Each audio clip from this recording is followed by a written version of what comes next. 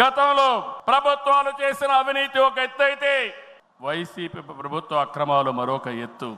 కూటమి ప్రభుత్వం అధికారంలోకి వచ్చిన తర్వాత విధ్వంస పాలకుల స్కాముల లెక్క పెడుతున్నాం. ఇన్వెస్టిగేషన్కి ఆర్డర్లు ఇచ్చాం. తప్పకుండా ఒకటే చెప్తున్నా, ఎవరు అవినీతి చేసినా కక్కిచ్చే బాధ్యత ఎన్డీఏ ప్రభుత్వం తీసుకుంటామని మీ అందరికీ విజ్ఞప్తి చేస్తున్నాం. అదే మాదిరిగా ఎన్నికల్లో మనల్ని గెలిపించి అవినీతి పాలకుల్ని ప్రజలు తరిమేశారు.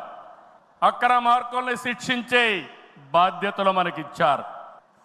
ప్రజా సంపద దోపిడీ చేసిన వారిని, గాడి తప్పిన నాయకుల్ని, అధికారుల్ని ఉపేక్షించే సమస్య లేదు. తప్పు చేసిన వారికి ఆలస్యం కావచ్చేమో గాని శిక్ష తప్పదని మరొకసారి ఈ సందర్భంగా విజ్ఞప్తి చేస్తున్నా.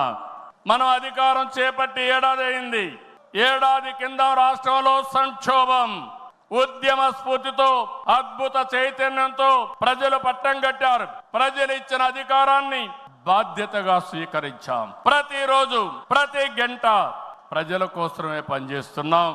ఒక మంచి ఆలోచనలు మీ అందరితో కలిసి ఈరోజు ఈ కార్యక్రమానికి శ్రీకారం చుట్టాం.